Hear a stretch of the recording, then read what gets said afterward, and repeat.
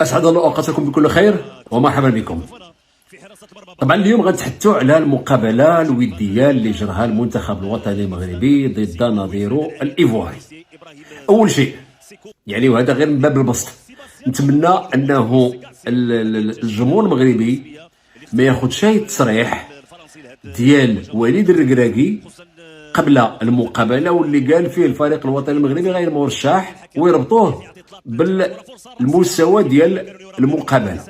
علاش؟ لانه انا متاكد بان المستوى ديال الفريق الوطني المغربي افضل بكثير من الشيء اللي شاهدنا. هذا غير من باب البسط كما تنقولوا. بالنسبه للمقابله، بعد نوبه تنتحدثوا على لعاب تيكون ناقص، او وسط الميدان ما كان شيء، او الدفاع او الخط الامامي. ولكن لما تيكون الفريق كله ما تمشاش، الحاجه الاولى اللي خصك تسنى هي شنو رد الفعل ديال المدرب. طبعا كاين الجانب ديال الرطوبه والحراره وهذه الاعتبارات ما حاضرين لهاش، ما عارفينها شيء.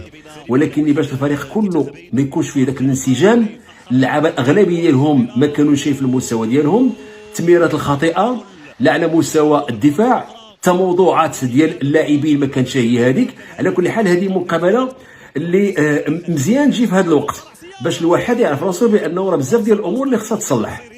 الاسلوب ديال اللاعب واش خصو يتغير ولا ما خصوش يتغير. طيب نرجع للمقابله. هذه المقابله هذه الا بغينا نقولوا واش شي واحد تميز في اللاعبين، غير صعب عليك تاخذ شي لعاب، غيبقى امامك اكرد لانه حيد جوج ديال الاهداف للفريق الايفواري. هذا هو اللي غادي يبان، ما حتى اكد على مستوى ديال صناعه اللاعب والصعود والتمريرات ما كان شيء، لانه خلينا المبادره المنتخب الايفواري واش هذه الطريقه ديال اللي بغى يحافظ عليها باش لعبنا في كاس العالم غنلعبوها حتى مع المنتخبات اللي في المستوى ديالنا او حتى اللي اقل مستوى ديالنا. هذا هو اللي غيتبين من خلال المباريات القادمه. طيب هذا الشوط الاول يعني لقينا بانه الفريق الوطني المغربي تيقبض الكره تيكون التمريرات ما بين اللاعبين ديال المدافعين. يعني ذاك المبادره باش تاخذ الكره في الوسط وتدخل وتسلمها للاعبين ديال الخط الامامي تقريبا كانت شبه منعدمه، محاولات قليله بحيث انه ما تنذكرش شي كره قبضناها ودخلنا بها داخل منطقه الجزاء. اللاعبين حارث وامين عدلي شاهدناهم في النصف الميدان ديال الفريق الوطني اكثر من نصف الميدان ديال الكوت ديفوار. امين عدلي لاعب متحرك عنده مهارات، حارس كذلك، ولكن صعيب انه مثل هاد اللاعبين ما تعطيش الكره في رجلو.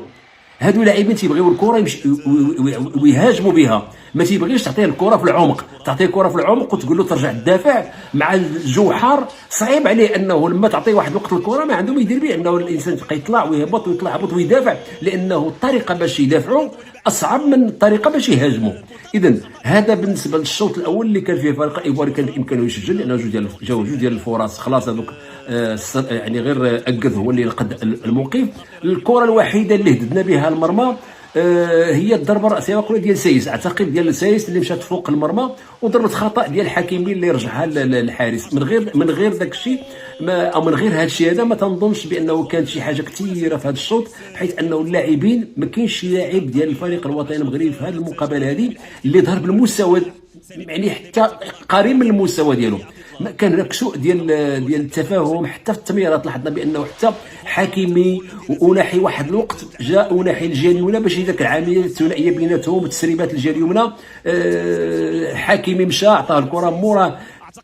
كان شي حاجه اخرى في هذه المقابله اللي خلات اللاعبين ما يظهروش هاي بداك الحماس بداك الرغبه.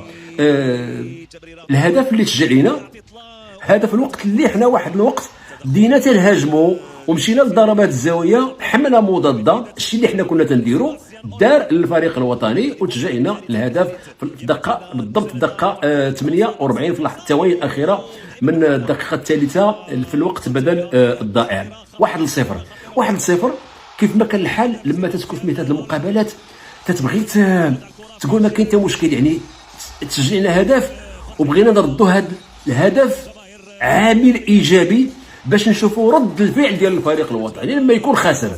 مع بدايه الشوط الثاني لقينا اكثر من هذا، لقينا الفريق ديال الكوت ديفوار هو اللي شد المقابله. ما عرف يعني، لانه العرض اللي قدمه الفريق الوطني المغربي تقريبا يتشابه طيله اطوار المقابله، حتى جات تغييرات واحد بعض المحاولات اللي جابت الهدف ديال التعادل. اذا احنا اليوم في هذه المقابله ما كان عندنا مشكل ديال اللاعب، كان عندنا مشكل ديال اسلوب لاعب. واش الطريقه باش لعبنا غتخلي وليد الركراكي يفكر يقول واش هذا الاسلوب خصني نستمر فيه حتى على المستوى الافريقي الى نجحنا فيه على المستوى كاس العالم المنتخبات الاوروبيه، واش ممكن ينفع ايضا حتى على المستوى الافريقي؟ هذا هو التساؤل، لانه اليوم كان عندنا مشكل ديال اسلوب لاعب. كاين اللي غايقول لك بانه راه حنا حافظنا على نفس التركيبه وبغينا نلعبوا نفس اللعب، ولكن ما كانش هناك انسجام ما بين اللاعبين. واش العامل ديال الطقس؟ المباريات راه مباراه ديال الكونغو لعبوا على 3 ديال العشيه، 3 ديال العشيه راه هي 35 ديال الحراره ولا 36 في يناير، وبالتالي فالعامل ديال الجو ما خصناش نديروا له يعني نعطيوه اكثر من اللي يستحق. الا بغينا نجيبوا كاس افريقيا خصنا نلعبوا في اي جو، في الجو كيف ما بغى يكون هذا الجو.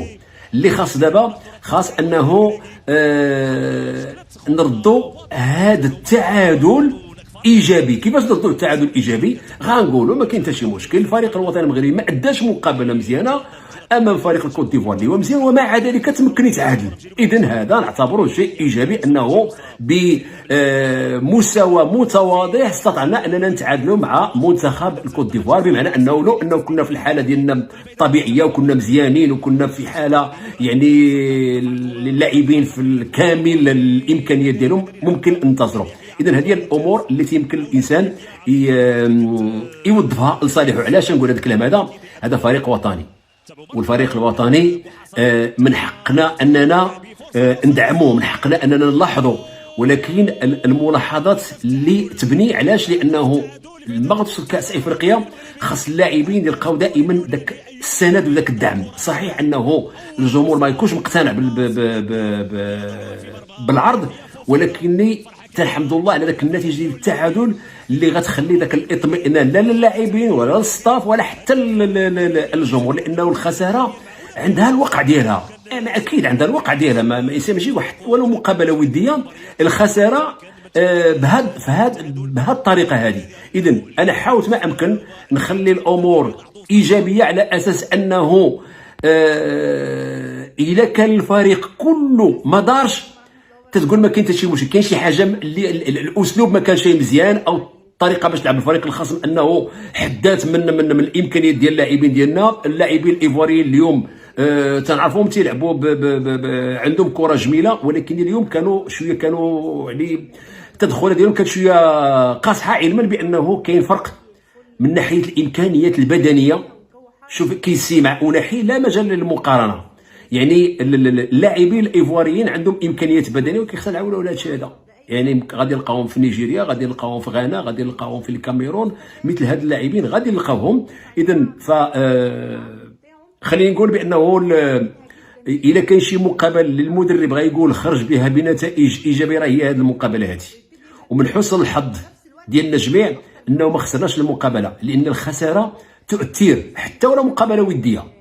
يعني دابا حنايا متعادلين، واكيد بانه غيكون المدرب سجل مجموعه من السلبيات، والسلبيات غيحسبها على اللاعبين او السلبيات يحسبها على راسه. واش يقول بانه انا كان عليا انني نلعب مثلا بطريقه مغايره للطريقه باش لعبت، لانه حنا شفنا نفس الطريقه تنرجعوا للوسط يعني نديروا الضغط على حامل الكره، ولكن لما تناخذوا الكره ما كانتش عندنا داك النجاعه اللي كانت عندنا في كاس العالم. لما تناخذوا الكره ما تنطلقوهاش، لا دابا تناخذوا الكره ما تنخلقوش بها الفرص ديال التسجيل. اذا القيمه ديال الفريق الوطني اليوم غتبان من عدد الكرات اللي خدينا وهددنا بهم المرمى ديال الفريق الايفواري، اللي كانوا تقريبا شبه منعدمه. ما كانوش الفرص اللي غنقولوا بانه هذه كان يمكن لها تسجل، كانوا من غير القطفه ديال حكيمي والضربه الراسيه. ما تنظنش كانت عندنا شي حاجه كثيره. من حسن الحظ انه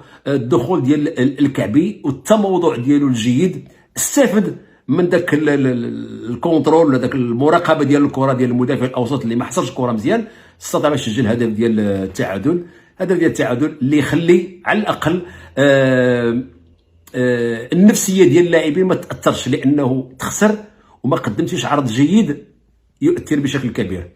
طبعا الجمهور كل واحد عنده كاسمع، كل واحد عنده الراي ديالو في المقابله، وكل واحد عنده التحليل ديالو.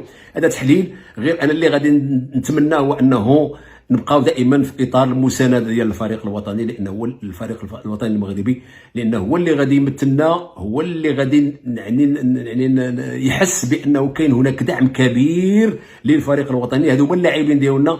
نتمنى على انه يعني وليد الركراكي يعطينا القراءه ديالو، هو للمباراه القراءه ديالنا حنا